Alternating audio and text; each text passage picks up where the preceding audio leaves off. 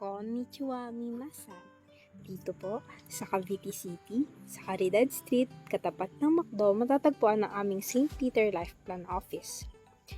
Pagpasok po natin ay meron pong naka-assign na isang new sales agent o SA2 kung saan part ng kanyang training ang pag-entertain sa bawat plan holder na papasok at magtatanong.